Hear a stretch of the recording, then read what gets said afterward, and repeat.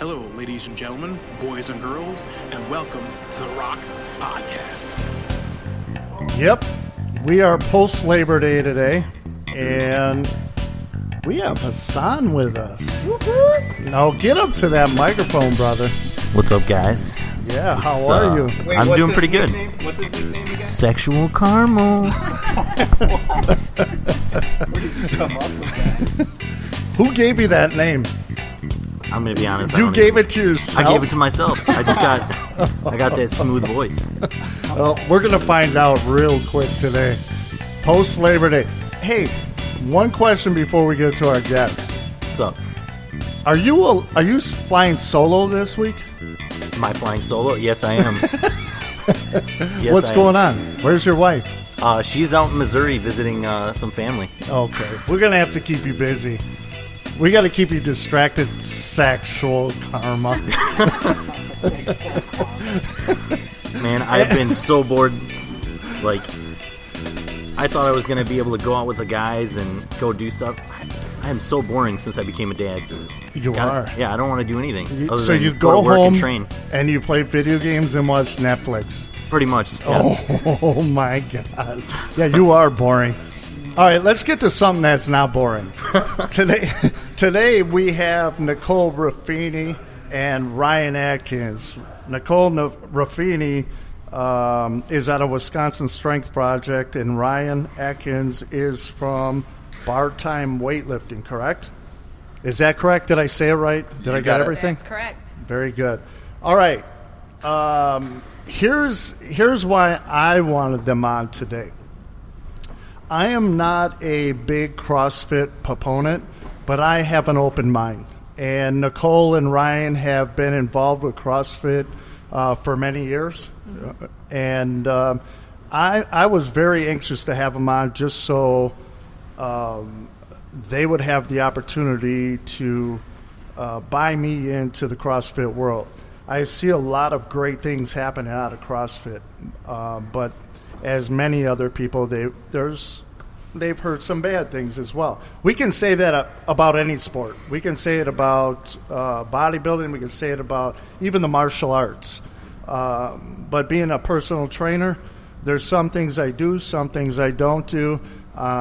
Pretty sensitive to certain kind of lifts, where my clients have to be up to par on other lifts before I can have them do a specific lift. And I've seen or I've heard that people have gone into CrossFit blind and have gotten hurt. And that was my biggest concern. It wasn't really CrossFit, the world kind of thing. It was more the safety of people that go into it. And I can't wait for you guys to shine some light on that world, not only for me, but from the people listening.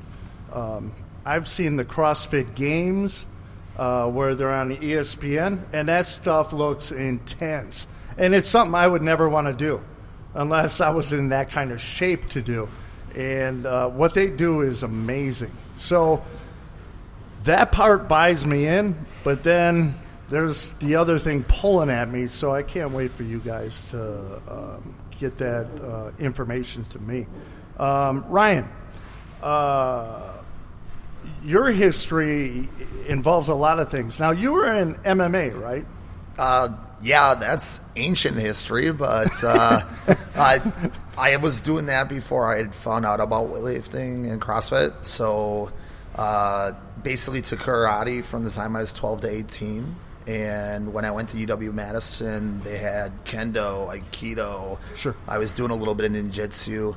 And not to segue too much, but I was at the Red Gym doing some bag work one day, and a guy who I had met once at a party came up to me and said, "Hey, are you kind of open-minded about something? Because I want to try something out." I'm like, "What you got?" He's like, "Well, just throw some controlled strikes at me, and while you're doing that, I'm going to try to use some of my wrestling moves on you and try to take you down." I'm like, "All right." So for about sounds like fun. Yeah, exactly. So for about 15 minutes, I would maybe get in a shot or two, but he had wrestled throughout high school, so I had zero takedown defense. He would take me down. I was slippery enough to get back out of it, get back on my feet, and that just repeated itself over and over again. And after about 15 minutes, this 40-something-year-old guy, that's how old I am now, walks up to us, and he's like, I saw what you guys are doing. I'm new to the area. I'm looking for training partners. I've had a couple privates with this guy named Hickson Gracie. Are you open to learning some new things? And that's where I started learning Brazilian Jiu-Jitsu from. Nice. Yeah. And then you got into the fighting world? After I graduated from college, before Dave Strasser's gym had opened up in Kenosha, I was making like a 3-hour round trip to train at Carlson Gracie Jr.'s in Chicago when that first opened up. And my training buddy said, there's this new gym in Kenosha. We checked it out. We started training with Dave, and I think it was 96. We went down to Iowa and took part of a 8-man bracketed competition. That was my first experience in the ring. Was that fight until you lose type Basically, tournament? yeah. I had to fight 3 times that day, and I'm fairly positive I walked away with a concussion of some sort. So how far did you go in the tournament? I took first. Oh, nice. Yeah. Nice. I had And you the- walked away with the prize of a concussion. Yeah, and a knocked out contact. I was mounted on a very young, I don't know if he still fights or not, Jerry Nelson. Does that name bring? And he threw a strike from the bottom and knocked my contact out towards the tail end of that fight. Nice. Oh, my. And then, so from MMA, obviously you moved over into the CrossFit world? Or did you go something before CrossFit? Well, I was a stay-at-home dad for a 2-year period. Okay. My last fight was in 2001, and I just noticed myself getting out of shape and not being very interested in a repetitive routine from week to week. So the bodybuilding stuff didn't work for me. And I talked to one of my old training buddies. He's like, check out Olympic-style weightlifting, because it's not just about how big the muscles are, but it's about how you're moving. It has that strength and explosiveness aspect of it. A lot of the same things that you get in mixed martial arts. Yes. And so when I searched online for that, about the fourth entry down was this CrossFit thing, and they had some Olympic skier Eva Torkins. Well, I think she was doing a handstand push-up. There's a picture of her doing that, and I'm like, that looks cool. And so when I found out that it was this mixture of weightlifting and some basic level gymnastic skills that I had toyed around with when I was in the martial arts, tried the first workout, and in the middle of that I had my hands on my knees and felt like I was going to throw up, and was I was like, I used to fight. Why is this workout kicking my butt? But I love it. Exactly. And so kind of got hooked on that in around 2003. And you've been in that arena for how long? Since about that time. 2004 is when I went out to the West Coast and got my level 1 certification. They had their first CrossFit certification outside of Santa Cruz was that same year in Golden, Colorado. So I went to that one. And then shortly afterward opened up the first CrossFit affiliate in Wisconsin. Nice. For those that are listening, you may hear like some pounding in the background. It's actually, we have no-gi jiu-jitsu training going on, and they're running through some exercises that require a medicine ball. So they'll be doing that for a little while. So we are live during a training session, actually. Nicole, get into you. You're involved in Wisconsin Strength Project. Tell me a little about that. Wisconsin Strength Project is a strength and conditioning facility.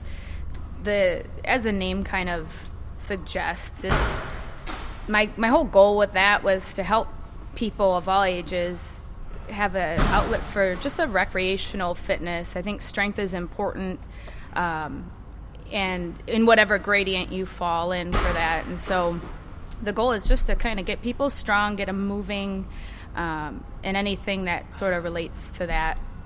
So you had a lot of functional training? Right. In there? Yep. Okay.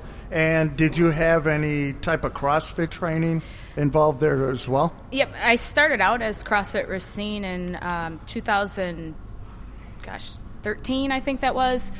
And then as the years went on, I unaffiliated with them officially and became Wisconsin Strength Project. But the training styles are pretty linear. It's Okay. just as soon the same thing without the name.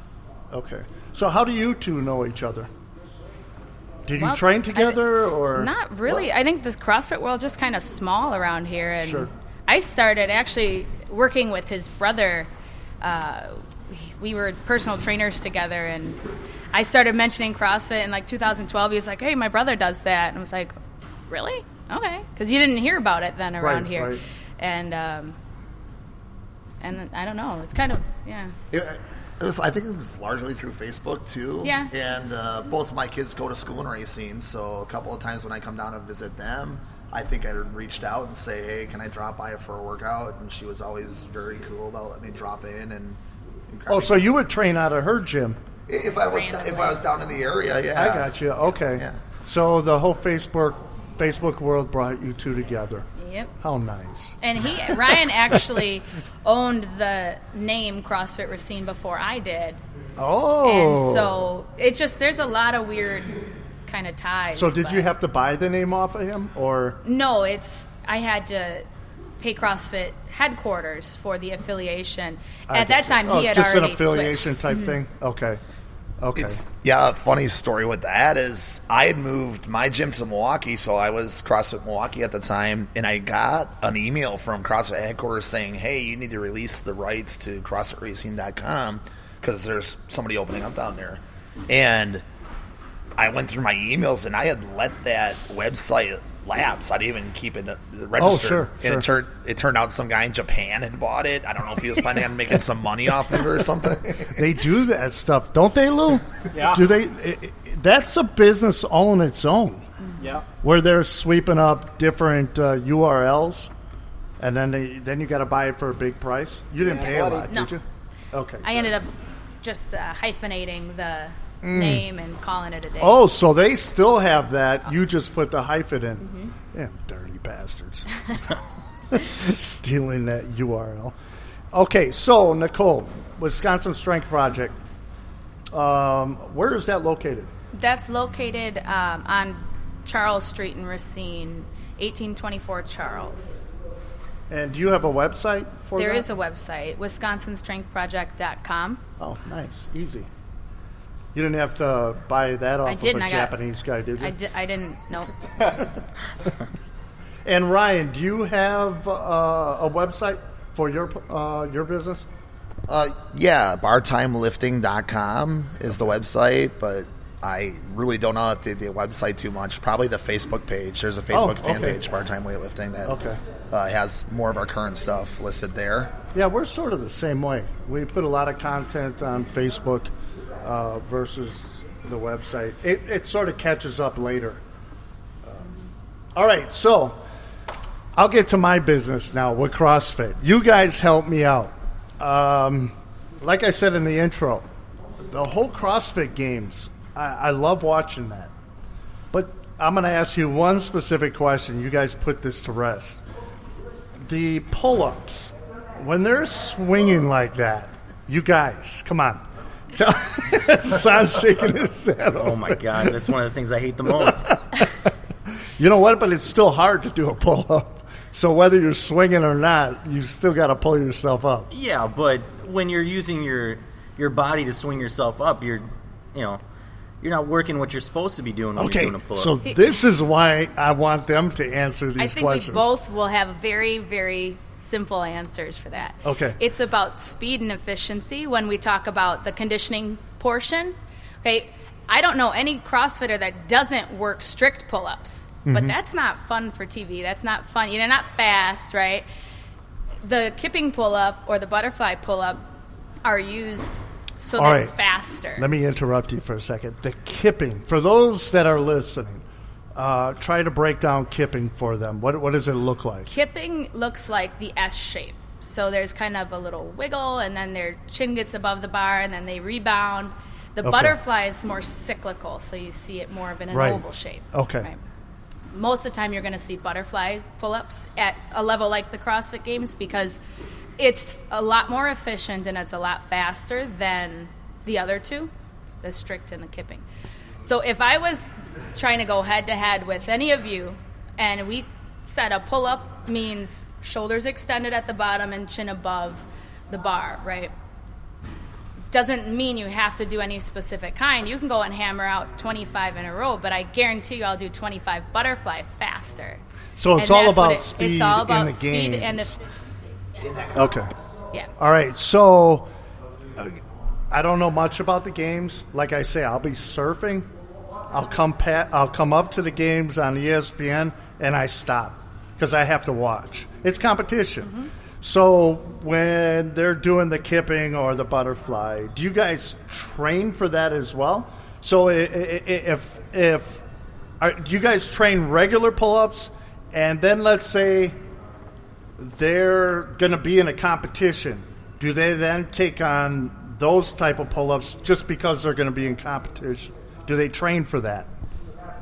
A couple of things. First of all, you have to kind of take the mindset that the CrossFit Games, in my mind, does not encompass CrossFit. Those are competitors. They're going for that maximum intensity level where how fast can I get something done, and I'm trying to just get brute power output faster than these other guys in the best way possible. So that's one aspect of it. The other aspect, when you're kind of comparing these two types of pull-ups, is what is the purpose? So Hassan said something like, you're not doing it right when you're wiggling your body all over the place. If my goal is to build upper body strength, then yeah, right, that's not the right kind of pull-up to do it that way. So I'd want to hold a good, strict body position. Right. Abs are tight, glutes are tight, keeping it, full range of motion, that sort of thing.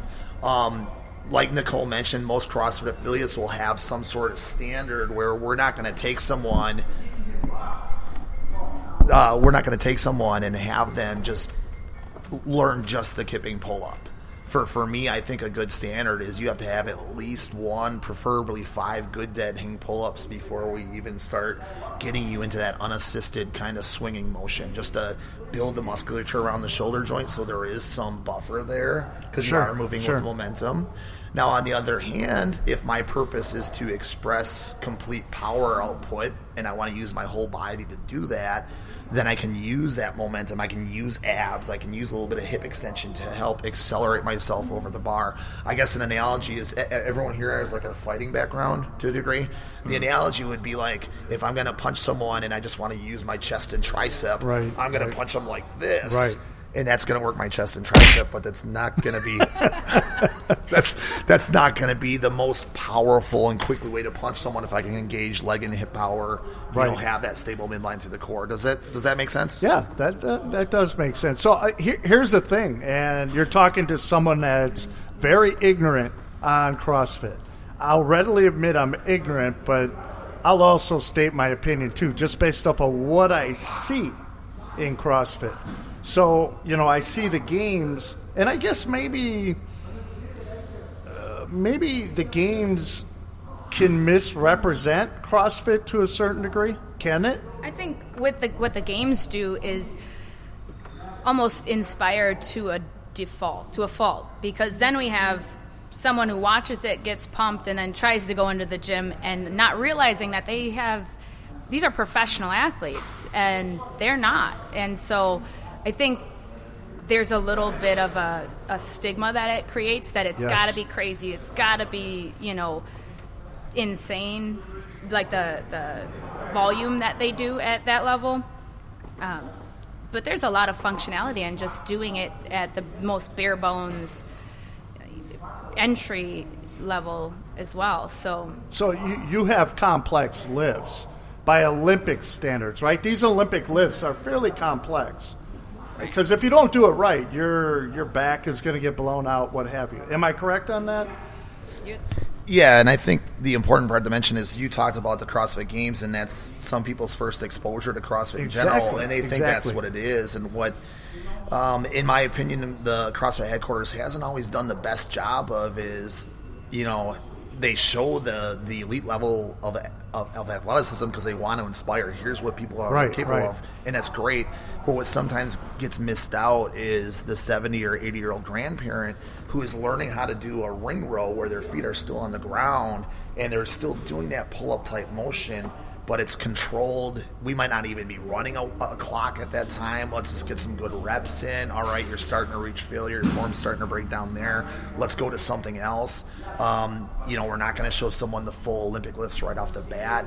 In my mind, you have to first establish the fact that they have a solid squat, a solid deadlift, a solid overhead position before we're going to add speed and momentum to that stuff and make them do it ballistically. So there's those stepping stones that, won't be as exciting to your ESPN viewer, maybe on the Ocho or something, but but they get glossed over by these just superhuman beings who are capable of some amazing things. What station was that? The Ocho? The Ocho.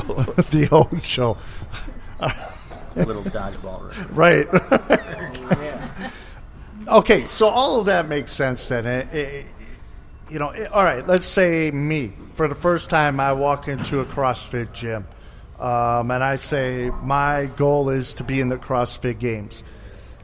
I come walking in. What's the first thing you're going to run me through as far as a first day of training? So anybody that's out there that hasn't done any CrossFit, has some mild experience with weightlifting, what have you, what are some of the things that you do with them? Do you consult with them? Do you have them do baseline exercises? What is it? Typically, when people come in, every day is the same for every class. And then, so let's say there's the program workout of the day, as it's called, and everyone runs through that together, no matter what class it is of the day. What I do typically with people is I'll walk through the warm-up, through all the movements, and depending on what it is, if it's a complex day, let's say we're doing even something like a push press, which is moderately complicated, that person may not touch a barbell for a week, 2 weeks, just depending on how they are. So I make just a mental assessment, may test some things on them if I feel I need to, but it varies greatly on the person. If they're a college athlete, it's going to be a lot different than if they're a middle-aged corporate guy. Okay. It's just... What, how many people do you have in like a program? Or like, let's say they come, do you have a class? Is that what it is? Right. It's all class group based. Okay. So let's say at 6 o'clock somebody comes in, or you have 10 people that come in. What's a normal class like? Well, that just It depends. can range? Yeah, it'll range from anywhere from 3 to 12. It just... Okay. Just So depends. let's say we have 12 people in there. How do you watch everybody that's lifting? Because as a trainer, my eyes are always glued to the person who's lifting. That's just me. I think I would go nuts if I had 10 people lifting in front of me, and I'm like, oh my God, I hope they don't do this or that. Do you give them a green light after a certain period of time? I think a lot of that depends on the trainer. I don't know about you, Ryan. For me personally, I see these people 5-6 times a week, every day for however, months and months. So I can already predict what their movement's going to look like, give them a cue, and move to the next person. And they've been, if they're doing it for 5-6 days a week for several months, they get pretty independent that way. And that's what's nice about it at the same time, is I can have my more veteran people kind of doing their thing, and I can focus on the more novice people, or maybe so-and-so's having a real hard time today, so we're trying to fix something or find a modification. It's not, I don't have to micromanage as much. Right. But then, and again, it just depends on the people in the class. Is that how it was for you, Ryan? As far as the standard class or someone who's new to class? Well, both. Okay. I mean, she basically said that, she'll allow her vets to just do what they do because she more or less can predict their movements.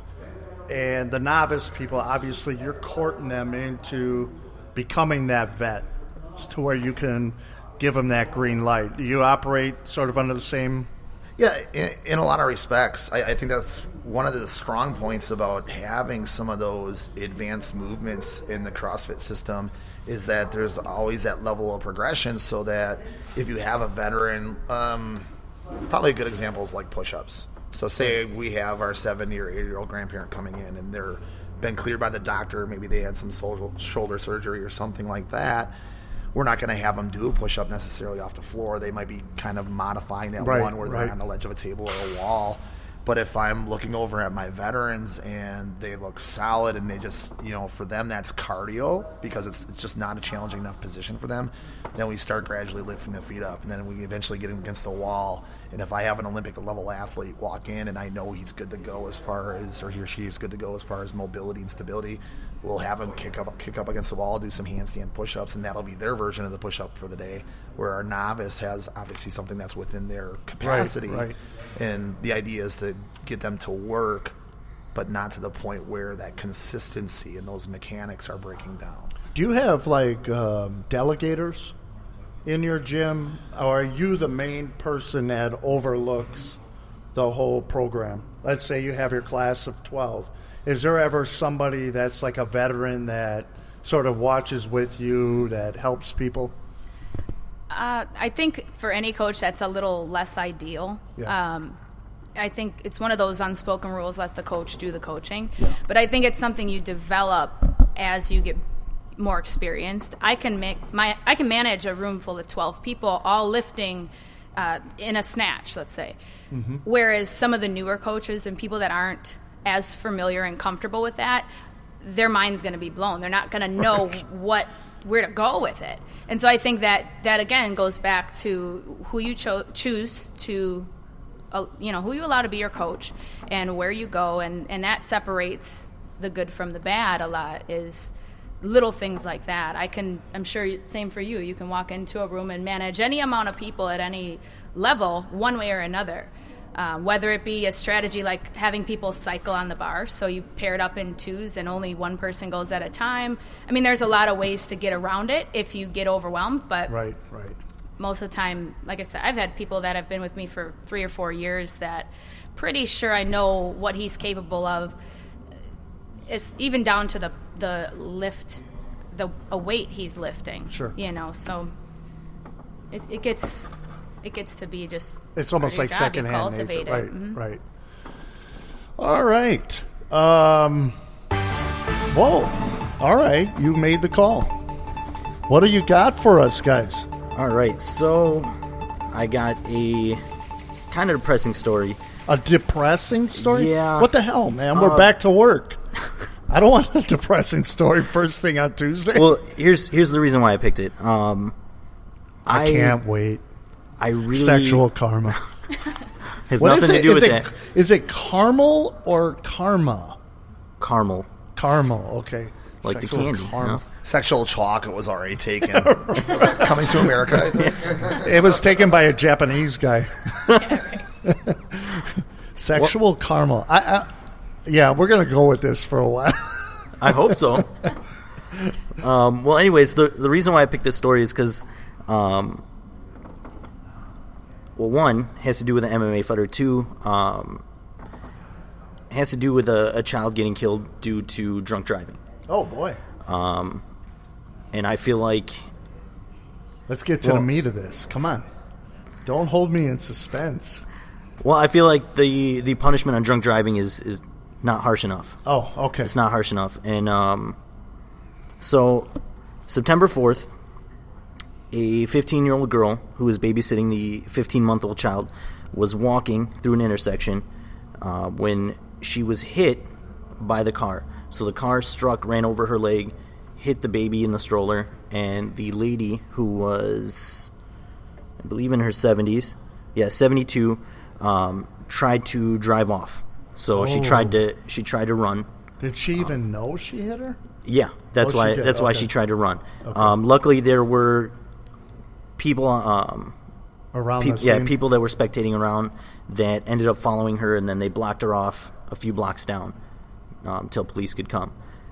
But they had to block her off? Yes. So she, in essence, was still trying to get away. Yeah, she was trying to run away. Okay. And luckily, they were able to cut her off on a couple different streets Yeah. and block her in until police came. Okay, so you said this has to do with an MMA fighter. Yeah, so this gentleman, Marcus Cowell, I believe I'm saying his name right, an up-and-coming MMA fighter out of California. ended up having to, put his son to rest because. Oh, that was his son. Yeah, that was his son. Oh, okay. Yeah, he posted on Sunday, just thanking people for being there for his family and. Is he in a certain organization? Did they say like Bellator? They or don't. Okay. They don't. They just say he's an up and coming MMA fighter. Oh, they don't post his record on here or anything, but it's pretty sad. How old was the girl who got hit? Who was the babysitter? 15? 15. And the baby was how old again? 15 months. 15 months? Oh, my God. Yeah. And so she's walking across a busy street or whatever. Just walking across the intersection, trying to get to the other side of the street, and the older lady was drinking and driving. Yep. She had been drinking quite a bit. She's 72 and she's hammering down some alcohol? Holy smokes.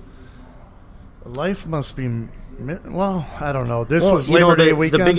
The biggest thing is, like, the punishment for drunk driving is not harsh enough. So, people will get pulled over 3-4 times for drunk driving, and... Yeah. Not really much happens to them other than spend a couple months in jail and a fine, and a lot of these people are repeat offenders. Yeah. I mean, I talked to somebody once that 6 times they got pulled over for drunk driving. Wow. That's ridiculous. Yeah, it's super ridiculous. And they didn't kill anybody as of yet. Because if they keep going, something's bound to happen. Exactly. Either themselves or somebody else, or injure somebody.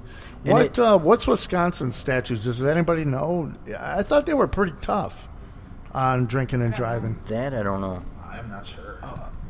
Because I've heard of that where people are racking up DUIs, and it's like, man, they're going to hit somebody soon, and it's not going to be good. Well, they probably have hit somebody. It's just nobody died.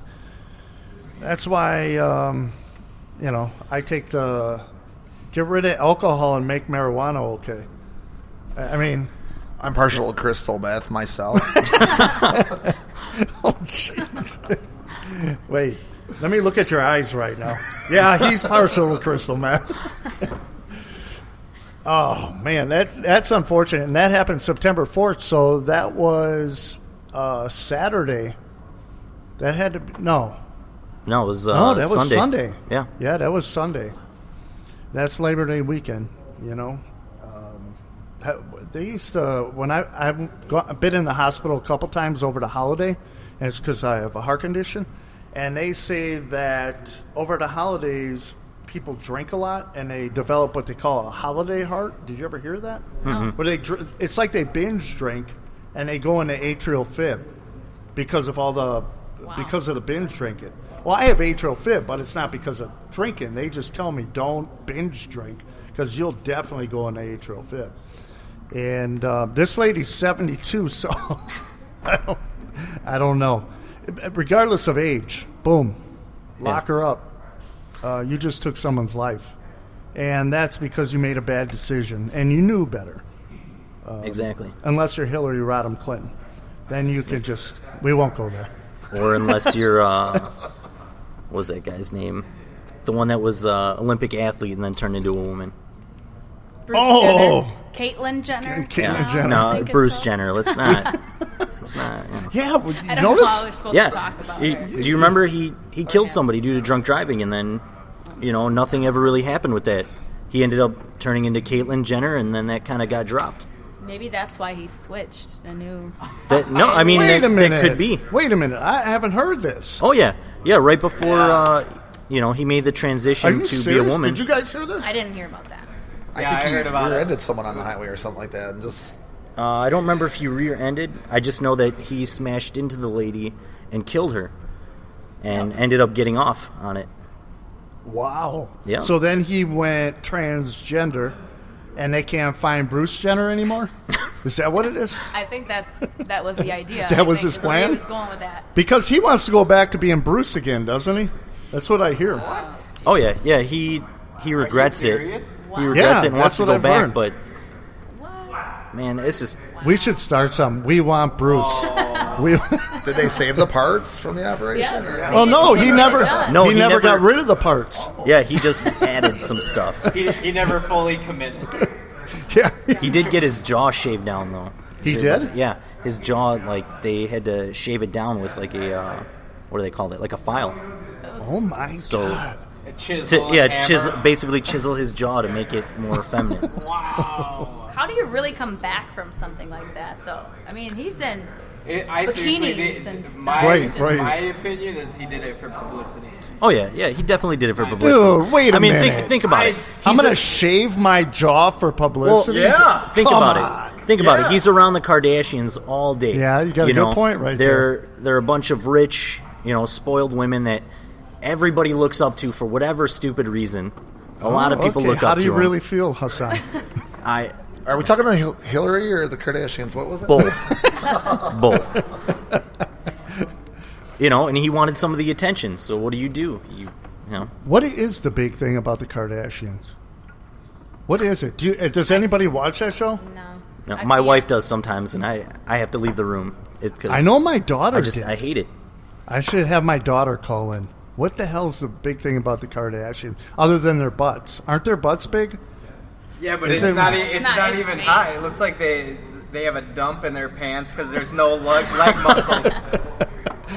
So There's no leg muscles whatsoever. It's like two sticks up to like a dump, and it's just disgusting. It's not. Yeah, it's they're not all sexy just whatsoever. everything about them is plastic surgery. Even the youngest one, I mean, she's got I don't know how many plastic surgeries done. She's only 18, 19. Like somebody needs to tell them just go do some squats. no, Right. they need to do CrossFit. Yeah. So There's plenty of squats in the CrossFit world, let me tell you. yeah, that would. Do you guys have a lot of pukers in CrossFit? No, No? not so much. I mean, if you do, it 'Cause takes squatting a lot will to get kill to you. that. I know squatting hits the central nervous system pretty good.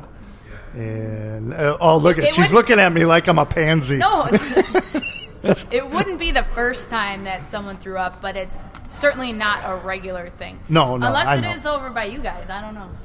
No, I just know of two people. This is in all my years of training that they have a certain gag reflex and they know it. They're pulling a garbage can out before the workout starts because they're like, I know I might hit that point. But generally speaking, from a dietary standpoint, as much as it might develop your abs, we try to discourage the whole vomit thing. It's cut it short of that part. You want to keep your customers, right? Yeah, and we want them to keep their calories too. So if Right. they do, it's like look that stuff up. 5-second rule. So the Kardashians, your wife watches them for real? Yeah. We're gonna have to talk to her. Please do. What have you said to her? How come this hasn't worked yet?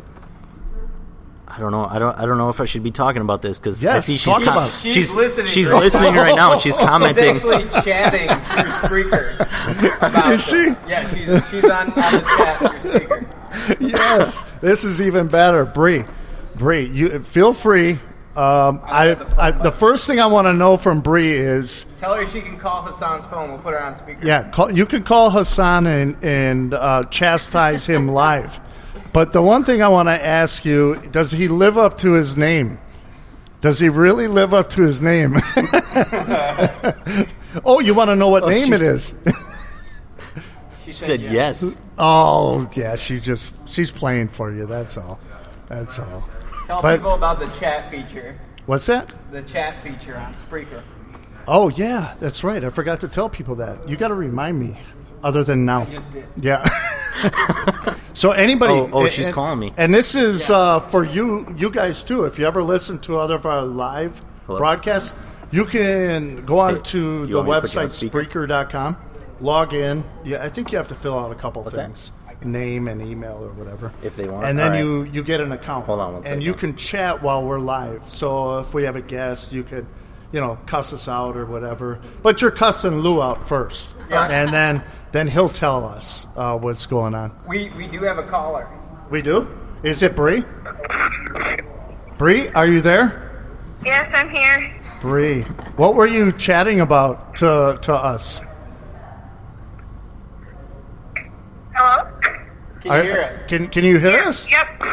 What were you saying on the chat feature? I was saying, you guys brought up the Kardashians, and Hassan had said like that they're all fake, and I was commenting now that Kim Kardashian admitted that her butt was fake. Her what? Her butt. Yeah, Oh, it is fake. Oh yeah. yeah, That- she's gotten fat injections. Oh my God! So she's got a bad, like, what is that? A bad cosmetic improvement. It's her butt looks bad, right? You said that, Yeah. Lou. Oh yeah. It looks. And- There's like a dump in her pants. It looks. Looks like she's wearing a diaper all the time. Yeah, like a big diapers in her. She's wearing one. And Bree, Looks you stupid. you watch this show. Do you agree with Lou? I don't like fully watch it. I'll put it on as background stuff. Hassan is rolling his eyes. He's don't rolling get me in his trouble eyes. here. He's calling you a liar. However, I will say he does leave the room when it is on the TV. Oh, you're covering for him. I actually have to admit I've watched a full episode. That's because my daughter watched it. Yeah, and she gets away with Excuses. everything. Yeah. Yeah. He just doesn't want to admit It's his not like diaper it's butt entertaining. fetish. I think it's just addicting to watch these people who became famous over Kim's sex tape. And Is it? I really feel out of all of them, the only one that has actual talent is Kendall Jenner, who's a supermodel. Recessive genes. Yeah. So, But, I think they're all fake. all right. So, I want to ask Bree one question. What's the probably the thing that Hassan watches on TV that he won't admit to us? Oh. I would say some of the Real Housewives shows. Yes. We got him. She's making stuff up now. No. Whatever, because Hassan. Oh, we got other people. Other people. There's backup. She's got backup. All right, Bree. We're gonna. Thanks for calling in and giving Yeah, us of some course. ammo on Hassan. Yeah. We'll get him in another podcast. That's some great All right, intel. have a good one. Thank Bye. you. All right, bye. All right. Now We I'll, got. I'll cut Mike's or I'll cut Hassan's mic so he can't stand up for himself. All right, Nicole. What do you have going on in your Wisconsin Strength Project world? What's coming up? Anything new that you want to talk about? I know you're doing what now? Like HIIT training, or you're a personal trainer? I do. Yep, I do personal training as well. That's how I got into it in the first place. Working for several gyms in the area, and then it kind of evolved into my own thing. But not a whole lot new. Just getting ready for fall, and hopefully getting some people in some local competitions, and just kind of preparing for winter. Unfortunately. Now, do you have a number? Let's say somebody's interested in personal training from somebody. Can they call you, or are you booked up? You don't want any more clients? I'm kind of teetering on that full schedule right now, but That's always a good problem. yeah, it's a good problem. But anyone interested can either email me at Nicole at wisconsinstrengthproject.com, or go ahead and go to the website and email through there as well. Okay. So. And same with you, Ryan. You welcoming new clients if anybody wanted to get a hold of you? Absolutely. I train at quite a few locations, so You can name them all if right. you want. If you're looking for an early morning boot camp by Clody Park, we do Monday, Wednesdays, and Fridays at 5:45 a.m. to 6:30 p.m. smokes. Yeah, that's a drive, so I have to wake up at like 4 a.m. on those days to get out there. But it's, Where is this? Clody Park? So you know where Silver Spring is? Yeah. If you take that pretty much all the way down to the lake, Clody Park's going to be about a half mile north of there. So this is outside. For the moment, yeah. Okay. In the winters, we usually go into Nicole High School. Okay. All right. Now that's Monday, Wednesday, Friday at 5:45. Yeah, Okay. and that's more. We have it's mostly women, and so they're bringing some dumbbells, they bring in jump rope and stuff, but that's mostly focused on body weight exercises. Sure. The weightlifting you can find at a couple locations. I coach out of CrossFit Waukesha, and that's Wednesday nights at 7 p.m. and Saturdays at 7 a.m. is when you're going to see those classes. And they're going to be coming soon to the other CrossFit affiliate that's owned by the same owner. That's CrossFit Delafield. And those will probably be evening hours during the weekday. Okay. And then the other place I coach Tuesday and Thursday nights, and then on some Saturdays, that's Optimal Fitness. And that's, for those of you guys in the Brookfield area, that's a decent location to go to. It's out of the Midwest Orthopedic Soccer Field. It's a good mix of stuff. You have the interval training, you have the weightlifting. He's going to be bringing in some kickboxing coaches, some yoga coaches, I think some MMA. Actually, when I saw the Facebook page for this place, I was like, oh, it's kind of like the northern side Milwaukee equivalent of what you guys are doing here. Dude. Right. All right, so Wednesday, 7 p.m., Saturday, 7 a.m. at CrossFit Waukesha. Right. That's transferring over to Delafield, or well, they're going to be add a location. They're expanding the weightlifting to Delafield. That's in the upcoming month. They're actually moving to a new location in Delafield. I think it's going to be close to 5,000 square feet there. Nice. Yeah. And then Tuesday, Thursday at Optimal Fitness in Brookfield. Right. And what time are those at, Tuesday and Thursday? It depends. That one we have a lot of people who are really focused on the weightlifting, where they actually are working out 5 or 6 times a week. Just weightlifting. Sure. So the schedule can vary for it varies. I usually just kind of say, I throw it out there and find out when most of them are coming in. Generally speaking, from like 5:30 p.m. to 7 p.m.-ish on those days. All right. And then the other, not to, let me know if you want me to stop here, but go ahead. As a service provider, if there's any gyms out there that are looking to introduce their people to Olympic style weightlifting, I do like weekend seminars where we either cover the snatch or the clean and jerk or potentially both lifts. Nice. Well, we might have to talk to you. Have you out here. Would love to. Yeah, definitely. All right, so Nicole, you've been in this now for a few years. I'm always interested in a good story. If there's a CrossFit story or even a personal trainer story that you guys have encountered, and Ryan, if you know of a story right offhand, you can go first. If Nicole needs a minute to think about, but there's always something that happens in the personal training world, and here's why I ask this, because I'll always see on Facebook these crazy videos of how people train. And you see, it's usually the Planet Fitness.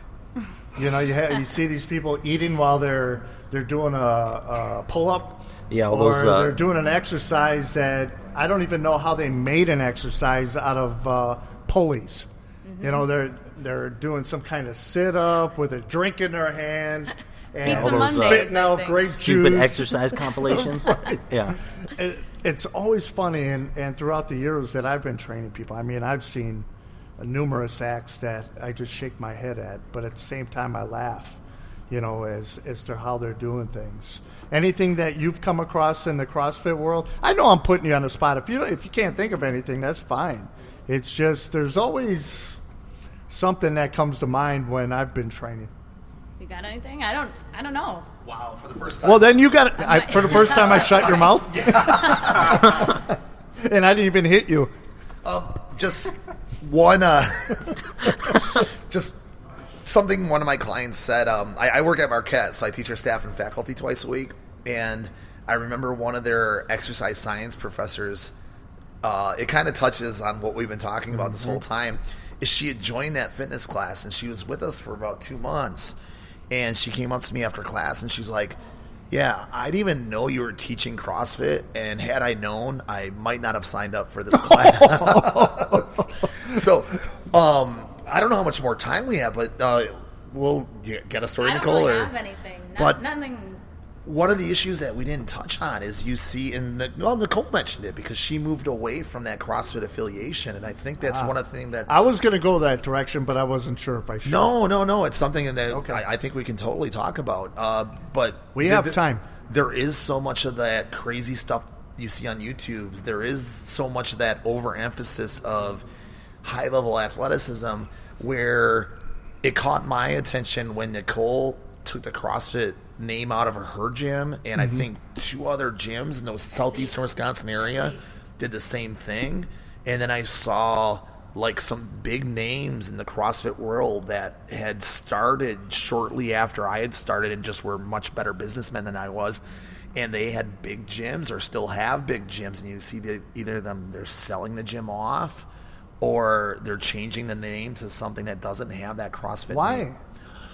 I think it's like you said, you get that certain amount of negative publicity, and people start to associate everything that's labeled CrossFit with some of the stupid stuff that you see on those videos. Yeah. And so it's either that or they see the CrossFit Games, and 99 out of 100 people are going to be like, well, I can't do that. I'm not going to go to CrossFit Gym. Right. And they kind of just, it's over before it begins, before they learn about the idea of like, no, you're not going to do Olympic weightlifting right off the bat. You're going to learn how to squat. You're going to learn how to deadlift. And you're going to learn how to keep a stable midline while pulling your body through space. That sort of stuff. And that gets glossed over or missed entirely. Yeah. Is there anything you want to say on that, Nicole? Sure. I mean, for me, there was several reasons that I chose to unaffiliate. I don't think this area per se needs something like the name CrossFit to be successful. If you're out on the West Coast or the East Coast there's a gym on every corner, that probably helped to some degree as CrossFit was growing and expanding to get people in the door. I think for just this market, especially down in Racine, it did more damage than good because of the things that people come in expecting. And so if they're not going balls to the wall on the first day, they're like, well, what do you mean? Like, I'm not paying for this. Right. And a big thing for me, I come from a sports science background, so I have a degree and elite level certifications in the sports science world. So to come in and be thrown into the mix, no offense to any CrossFit trainers, but if that's all you have and you just went and did the 2-day certification and now you're opening a gym and coaching people, that's kind of where I get a little bit upset. And I think CrossFit grew faster than they knew what to do with. And so since the only thing you need is a CrossFit level 1 to open a box or coach, that didn't sit right with me. I had people at my gym that I wanted to hire as coaches that had bachelor's degrees that CrossFit headquarters said they couldn't work there until they paid them $1,000 to get this L1 certification. And I was like, oh, this is kind of backwards. Yeah. And then you have these boxes popping up everywhere. And so I get lumped in with my, experience and education into the pool of Joe Blow who doesn't have anything outside of, that one cert. So for me, I thought I would be able to offer a better service to the masses in a less intimidating way, even though if you're comparing the two, they're identical to a degree. And nothing that CrossFit does is new. Mm-hmm. They're taking little pieces from a bunch of different places and putting it together. That's the innovation that they created.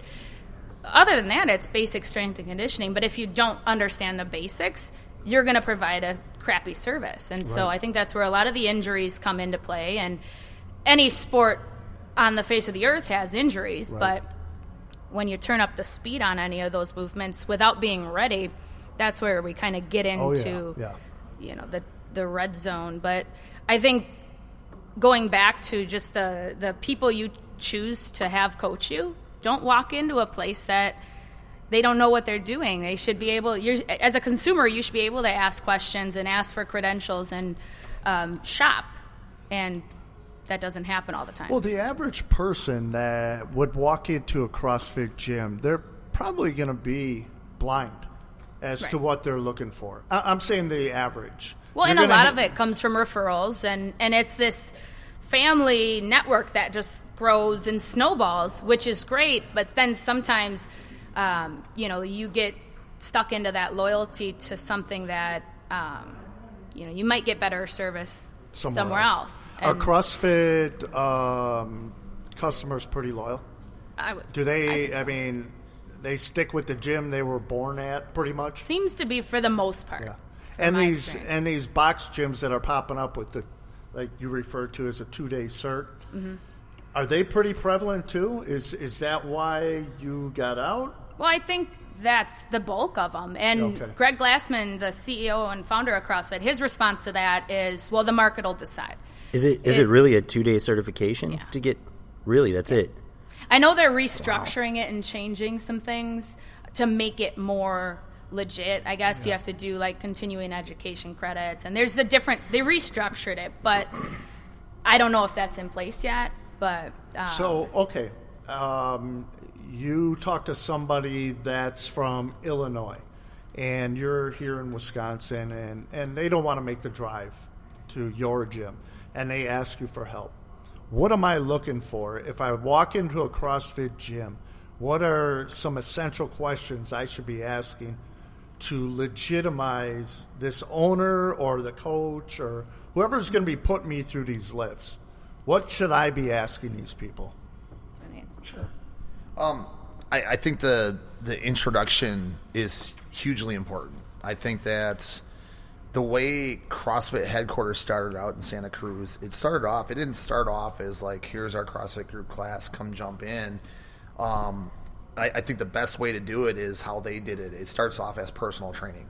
So you're not working in a group class. You bring them in one-on-one. And then the way it kind of grew organically, is that you eventually had the trainers who were working at Santa Cruz, their schedules would fill up. So they had all these single clients, and it gives you the kind of requisite build-up to become a quality trainer because you're just working one-on-one. And then all of a sudden your schedule's full after a time period. And so then they would start matching up clients who would be motivating, who's at about the same ability level. Let's pair these guys together. And the way it was explained to me from Coach Glassman was, I got good news and bad news. The bad news is you have a workout buddy now, which not everyone wanted right away necessarily. But the good news was your training rate goes down a little bit. So you get that idea of, and then you eventually had 3 people working together and 4 people working together. Eventually you had a group of 10. And it brings in that idea of motivating people better through working out in a group class, which is a great thing. It's a double-edged sword because that's where you get some of the stupid injuries if someone pushes themselves too intensely. But then it also grows so that you, kind of what Nicole is talking about, you have that base skill level where you know there's certain things that you only once in a long while have to correct on, and then there's those other things that they're learning as a group that you're going to have to pay more attention to. I wandered a little bit. Does that answer your question? Yeah, I'm going to veer off now. The owner, the CEO of CrossFit, didn't he sell CrossFit or no? Maybe that was a rumor. I think. Oh no, his knock was he didn't look like he was in shape. Is that the guy? Yes. Yeah, okay. He's like a hippie. He's a hippie. He looks. If you look at him, he just looks like a West Coast California hippie dude. No kidding. Oh yeah. Okay. I saw a picture, but it was like chest up. So I heard that from people where they were like, wait a minute, this guy doesn't look like he would own CrossFit, or he's not a true representation of being Well, I don't fit. think you have to be in pinnacle shape to know what you're talking about, and I think he's a very smart man, and he's made a ton of money off of this. But he also has delegated, like, certain people are like the go-tos for gymnastics or weightlifting. Yeah, but I feel like if you own something like that, you should look the part. Just like, if you own, I better get in shape. If you you're in perfectly good shape. Yeah. But I mean, like, if you own I'd be throwing up. like a health food restaurant, you shouldn't be some big fat guy. You know what I mean? I get it. And I thought the same thing, but that's not everybody, I guess, works off of that. Yeah, he's an owner you know. now. So he has other people running the show on the, I don't want to say lower level, but the level of action where gyms are popping up and that now type he's of thing. just the CEO. He's And business. they don't put their hands in anything that the affiliates do outside of a few little rules you abide by. But other than that, it's strict affiliation. They don't take any percentage of profits. They don't control anything that you do really at all. The affiliation, is that just a monthly price or a yearly It's price? annually. Yeah, It's it's annual. yearly. Yep. Can you guys share that? Or what's it like? The price. Yeah. $3,000 still? $3,000 a year. That's it? Mm-hmm. Oh, wow. And that's one of the advantages, well, depending on how you define advantage, but that allows for the proliferation of a lot of gyms. Yeah. And that's another double-edged sword Yeah, where you you're have right. that. He never wanted to have a strict entry into having people become trainers. The idea was like, well, let's let everyone try it. And I think this is the same policy he adopted in Santa Cruz was, yeah, you can try training. If it works and get people results and you're popular, you're going to do really well. If not, well, you're not going to have any clients and they're going to go to other trainers and you'll get weeded out. And so I think what his idea was, let's take that same approach to gyms. So some of those gyms that just don't have the quality there, that are hurting their people left and right, they're eventually going to go out of business. The ones that do well, the ones that thrive, CrossFit is open source, kind of like the Linux programming system. So all these gyms can kind of fiddle with it the way they want and do their own take. And the ones that have a great take on it and have some great additions, they'll do well. They'll thrive is kind of the idea behind it, I think, or is what he was thinking. When you had your CrossFit gym, did you carry other things besides the program of lifting? I mean, supplements, counseling, nutrition, what have you? Yeah, I did. It wasn't my focus for main source. I think it was up to me to just offer people something to fill the gaps in their nutrition. But I always preached eat as well as you can with real food, and then if we have to close any gaps, here's what we can do. But I don't push it by any. And you have that sports science background, right. So you could go into depth with your clients, whereas the 2-day cert guy, he's sort of he's basing it really off of experience, if you will. Which is a great teacher, and that's there's nothing wrong with that. It's just you have to find a mentor then, and you have to try. You have to try to learn as much as you can after. One of the biggest problems that we get into is things like the weightlifting movements. If you don't know the ins and outs of clean and jerk or snatch, you're going to hurt somebody. Right. And not everybody's capable of doing a snatch, period. And in that case, you say, guess what, Barbara, you're not doing a snatch today, but here's a dumbbell. Let's work with your arms individually because you don't have the thoracic mobility to go overhead. Right. And it's being able to be confident in your instruction and meet that head on. I think one of the things that's been a semi-challenge for me is I'm a chick, right? I'm like a 5'4" girl. I have like this baby face, and everyone thinks I'm 19.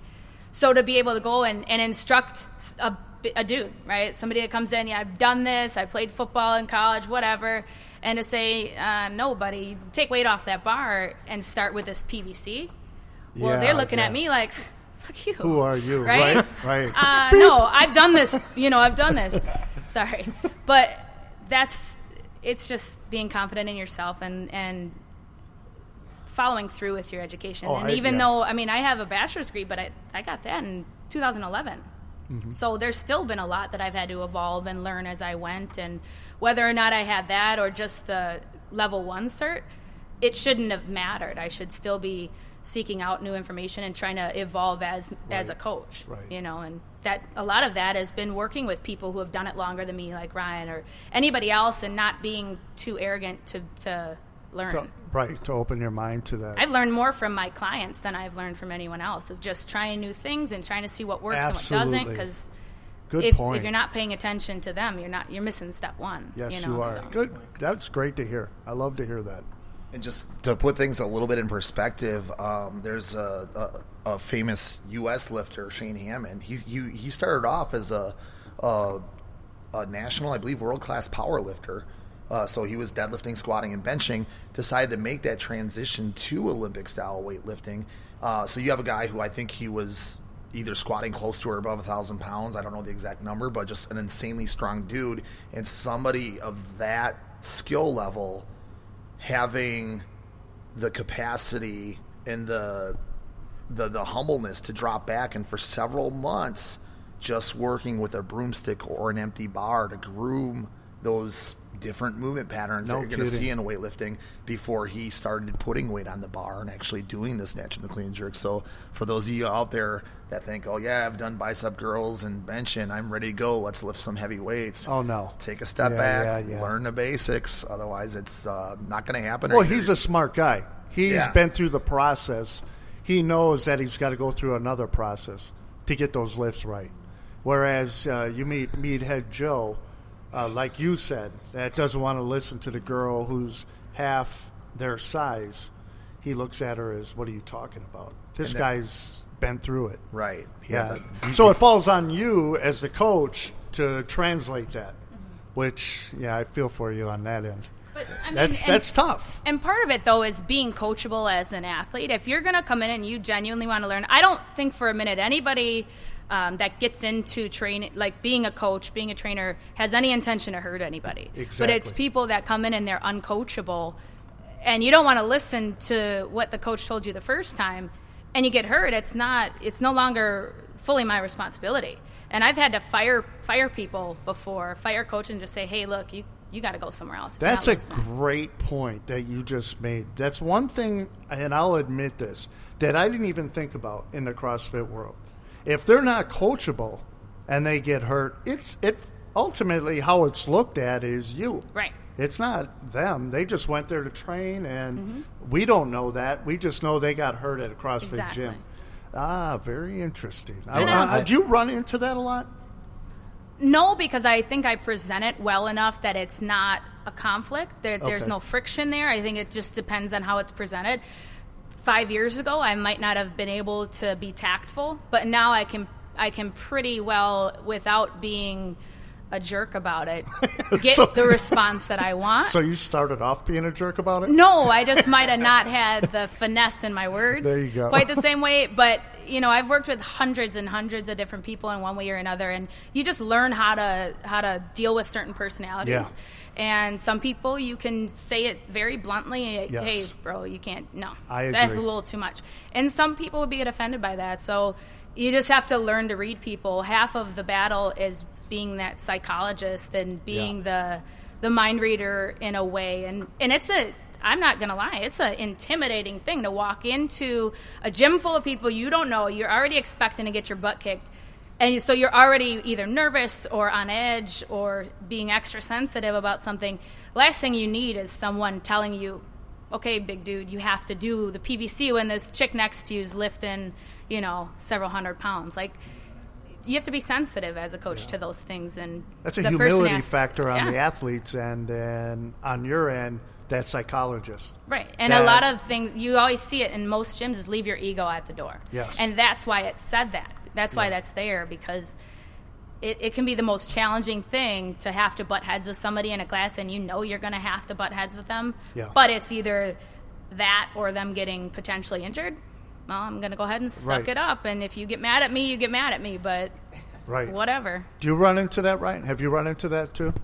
The most vivid example of kind of what you're talking about is if you have a complicated movement, like something like the overhead squat, and the person, your typical, I've been at the gym, I've done my bench press and curls type guy comes in, and you're like, you see him loading 25-pound plates on each end, so he's going for that 95 pounds overhead squat.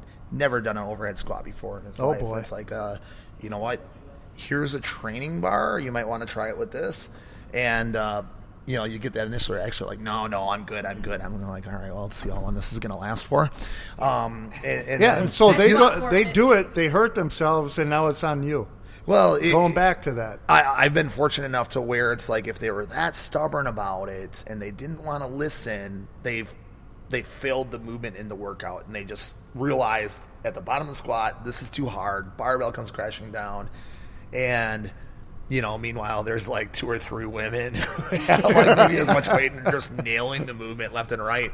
And at least in my case, I've been fortunate enough to where you don't see those people after a certain number of workouts because that ego can't take the idea that in certain movements, because a person has better flexibility, coordination, attention level, wants to listen to their coach, that they're going to learn that movement better, and they're getting outperformed by someone half their size. Yeah, that's. I really like that point that you brought up, though. That's something that, I hadn't even considered. I don't know about you, Hassan, but I never even considered that. And in all fairness, you almost have to revisit the whole stigma that I had with CrossFit, which was it's the coach's fault. It ultimately lied on the coach's fault. Well, no, see, because I've thought of that point that she made, because it happens in the martial arts world as well. You get guys that come over and they've done 10 years of karate, and they want to come do kickboxing, and you're trying to explain to them how you're supposed to be doing a kick in kickboxing. They're like, oh, no, I got it, don't worry, I can do it. And then they're like, well, I want to spar right away. I understand you got 10 years of karate, but I don't want to put you up against one of my guys yet until I see a little bit more. Right. You know, and then those are the guys that end up, they don't listen, they want to spar anyways, so you throw them in with the Lions and watch them get mauled. I think, You know, it's unfortunate, but it happens in everything, so I kind of know where you guys are coming from with that. yeah. And CrossFit's easy to hate, but I think it's easy to hate. Why is it easy to hate? I think because the people that do it, you get in there, you get pumped. It's your life. Like, you just love it, right? It's like a cult. But I've that's heard what they that. say. I've That's heard what they that. say. But at the same time, if you're a competitive adult, there's very few ways to get that competitive release. You know, for me, I got into it because I loved just having that battle with myself daily and something to make my workouts mean something. You don't get that offered as an adult outside of maybe like some bar league softball or something like that, right? And so people get so into it, and finally, like, their whole fitness life makes sense. But it's not CrossFit that I don't think people hate as an organization. I think it's that whole stigma. And one of you guys were in the Army, right? No, that's my brother. Oh, darn. Okay. Well, Yeah. Kurt said somebody was in. sending I off kind his of son today. equate it to my time in the Marine Corps. Thank you. Hated. Oh, my Thank you for pleasure. your service. Thank you. I hated Marines when I was in. Oh man, I hated them. I couldn't go to the grocery store after without getting mean mugged. I was stationed What? in California on Camp Pendleton. And in any military town, you get a lot of people that just hate the military. And Marines are known for their arrogance and their obnoxiousness, right? And so when I was in, I was like, man, these dudes are it just got annoying. And it was the same kind of thing. They didn't hate the Marine Corps as an organization. They hated the cockiness.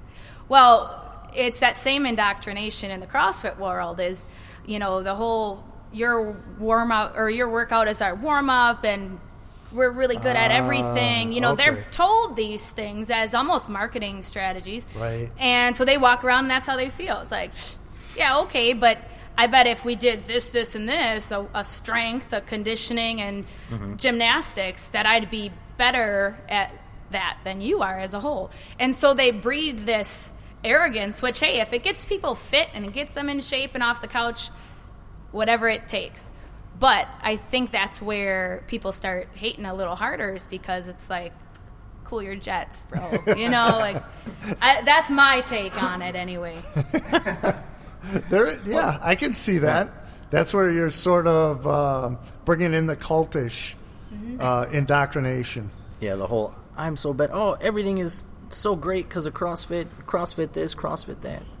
Well, you know what? I will tell you. I will tell you, when I do watch those games, I'm like, I can't do none of that. And that's incredible. These people are really... Oh, yeah, they're fit. Those are some awesome athletes. They're going that through are doing some that stuff. nasty Who's the top stuff. one? Is it like that? Is it Rich Franklin? Rich Froning? Rich Froning. Yeah. Rich Franklin Rich is a Franklin. MMA fighter. I know. I'm He's a thinking fighter. He was 4 years in a row. Rich Froning. Rich Froning? Froning. Rich Froning. Okay. Yeah, up until last year, he won or was it 2 years It ago? was not this one, but not the last one. Okay, the last 4 years in a 14. row, he was the individual CrossFit champion, or CrossFit Games For champion. men. For men, right. 4 years in a row? Yes. Dang. And then How he old is he? 26 now? Oh, he's a young He's guy. young. Okay. Yeah, and then he decided to adopt 1 or 2 kids. Yeah, and then he's like, I'm just doing team events now. But his team has won those 2 years that he wasn't an individual. His team won first. Where so. is he out of? Yeah, I think it's Oh, is it Ohio. Ohio? Or Okay. something. Yeah. All right, so let me ask you, Nicole. You know, when you're doing the whole CrossFit thing, how many pull-ups can you do? What type of pull-up? Oh. See, I do. okay. I weighted pull-ups and strict pull-ups and butterfly and kipping. It just depends God, on she's what making me feel my goal worthless. is. It just depends on what my goal. All right, just We put can go me to test shame it. right Do you now. guys have a pull-up bar here? Yeah, I'm a little sure. heavy right now. Oh, Hold on it. We're coming off after of the a holiday broadcast. weekend. You I'm got a your little- camera? After the broadcast, we'll follow her down there. Okay. Okay. All right. But only Awesome. if I can, like, wean myself off of, like, I can do as many strict as I can, but then I gotta be able to add in, like, some You do it the butterfly. way you want Yeah, to do do it it. the way We're you going to want. follow you. Okay. That's Ryan, it. you up for this challenge? You gonna do it too? We should probably. Or no, I think one of you guys should. No, you guys no. should probably do Hell it. no. I got a bad shoulder anyway, We so I should hit can't. our sponsors and then close the broadcast. If people want to still watch, Yeah, let's stay do on that. We're on Facebook Live on the Rok Podcast webpage. Yeah, Wait, go, you guys have that's on the Facebook page, right? Right. The Rok Podcast Facebook page. We're going to go live with Nicole. I think she's taking on Ryan. We're live right Challenging. now, And so they can pull-ups? jump This on. is a public challenge, Ryan, right now. Whoa, this is good. I like this. So- So what are you aiming for, Nicole? How many? Oh gosh, I gotta Get into his mind let's say already. like not that many, maybe 15. I don't know. Okay, you got me beat. Ryan, you ready for 15? You got a number? Are we doing what's our standards here? Are we doing strict and then going to kipping, or Yeah. just all kipping? Or Well, actually, yeah, that would. Oh, let's do she'll- strict whoa. first. Let's I do like strict this. first because of the Hassan, pull-up you gonna question try? before, just to prove No, that I'm we not can going do to try strict because they're pull-ups. going to be cheating. They're going to be doing the kips. No, she said she's we'll gonna. do both. They're gonna do both. I'll do as many strict as I can, which will probably be like 6, and then I'll finish it up with. Can I use bands if I do it? Like, help me up? Can I? it's called scaling. Is that what it's called? I mean, you wouldn't I be call able it to cheating. compare I your call it score. It's okay. No, I can. My shoulder's messed up. So Go to Hassan. we got Ryan and Nicole. No, keep going. We got Ryan and Nicole that are going to challenge each other on Facebook Live, the Rok Podcast Facebook page. is And gonna now be it's awesome, time guys. for Hassan. All right, so sponsors for the day: Route 20 Outhouse, Rely Local, and Andre Galvo, who's October 1st and October 2nd. 1st and 2nd, multiple-time Jiu-Jitsu world champion, a phenomenal Jiu-Jitsu practitioner. If you want to learn some really, really awesome stuff, this is the guy to come see. October 1st and 2nd. October 1st buddy. and 2nd. If you guys have any questions or would like to sign up, send us an email, give us a call, and we'll be happy to sign you guys You know up. what? We're going to be. We're also going to be at Route 20 on Thursday. Oh, yeah, that's right. We're going to do a podcast there live. And then that's noon on Thursday. Come on out and have fun with us. We're going to have Dave Rosenmarco from Veneration BJJ. He's going to be our guest. Always a fun guest. Yeah, he's awesome. And then we're going to do a jiu-jitsu demo there, too. So Dave's going to bring his gi. Juma, our jiu-jitsu instructor, he's going to bring his gi. And they're going to show us a few things regarding jiu-jitsu. Then we're going to be live at the Combat Corner Yep. Grappling Championship on September 17th. We'll be there all day, but we're not going to be on air all day. I think it's going to be around midday that we're going to go live so that we can watch our fighters fight. Get some interviews in. Yeah, get some Yeah. interviews in and have a blast. Dan LaSavage from Combat Corner has been on the podcast a couple times, and we've had a ball. So, yeah, I look forward to that. Let people know we are open for daily sponsors for the Rok Podcast as well. We're open for new sponsors Yep. for the Rod Podcast. Yes, so if anybody's listening, owns a business, wants to be on the podcast, wants to sponsor the podcast, you need to stop in. Let's chat because our list is growing. It's sort of taken me by surprise that how many people want to do this. Yeah, booked it's out. so awesome. I we're 2 think it's a great weeks. idea that we started doing this. Yeah, we're 2 weeks waiting, a waiting list of 2 weeks. So I'm happy that that's the case, and we just want to help spread the word with people in the community. It's been great having Nicole and Ryan here. So let's go back before we close real quick. Nicole, give some contact information for anybody out there looking for some help from you. I think the stuff that you said today was really good. Thank you. And remember, before the show, I said, don't tell me too much. And I meant it because I wanted to feel it on air. And the stuff that you've said about CrossFit has come around for me. Good. And I have a different view of it now. I've sort of been led into the circle as to what you guys do, and I know you have sensitivity to the people that are out there that you said, Nicole, the box gyms that you're leery about. It was refreshing to hear that for me as a trainer, and also that I'm not so hypersensitive to it, to where I can walk in a place and feel some questions towards somebody. So give some contact information. Best way for to people. reach me is Nicole at wisconsinstrengthproject.com. That's by far the easiest way to get a hold of me. So shoot you an email. Shoot me an email. Yep. Discuss what they... Nicole, Nicole at wisconsinstrengthproject.com. And where are you located? 1824 Charles Street in Racine. Okay. So near Horlick High School. Do you have a Facebook page? Yep. Wisconsin Strength Project. You can find it. Cool. Awesome. I'll like your page. Thank you. Ryan, some contact information from you. And again, go through that schedule that you had provided, unless you want me to. I took notes. No, I can cover it. Probably the best way to get a hold of me is through my email address. That's ryan@bartimelifting.com. And at Optimal Fitness, that's the gym in Brookfield. We're there Tuesdays and Thursday nights, some Saturday mornings. As far as weightlifting is concerned, we do have high-intensity interval training classes throughout the mornings every weekday at that location. As far as weightlifting, out of the other gyms that I work at right now, CrossFit Waukesha is Wednesday nights, 7 p.m., and Saturdays at 7 a.m.